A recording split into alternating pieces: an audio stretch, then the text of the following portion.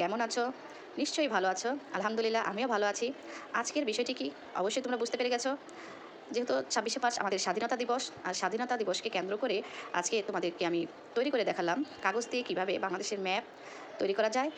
খুব সহজেই আমাদের আশেপাশে যেই ফেলে দেওয়া কাগজগুলো থাকে ওগুলোকে আমি কাজে লাগালাম এবং রঙিন কাগজ দিয়ে, গ্লিটার কাগজ দিয়ে কীভাবে সহজেই একটি ছোট্ট মঞ্চ তৈরি করলাম।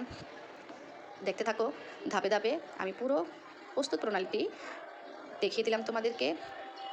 অবশ্যই তোমরা বাসায় চেষ্টা করবে এবং আমাকে জানাবে যে তোমাদের কেমন লাগলো।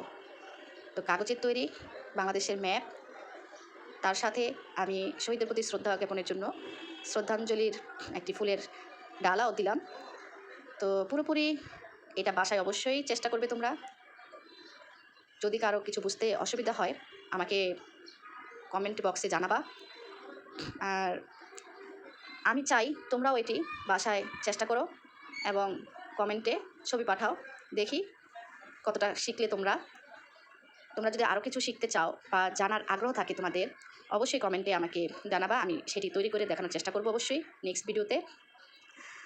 সবাইকে ২৬শে মার্চ মহান স্বাধীনতা দিবস, এই মহান স্বাধীনতা দিবসের শুভেচ্ছা সবাইকে।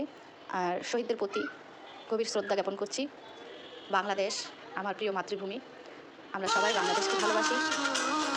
দেশের প্রতি শ্রদ্ধা, ভালোবাসা অবিরাম থাকবে ইনশাআল্লাহ।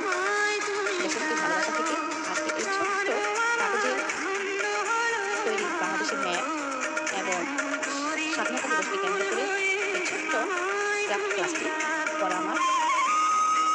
ভালো থাকবে সবাই, দেশকে ভালোবাসবে।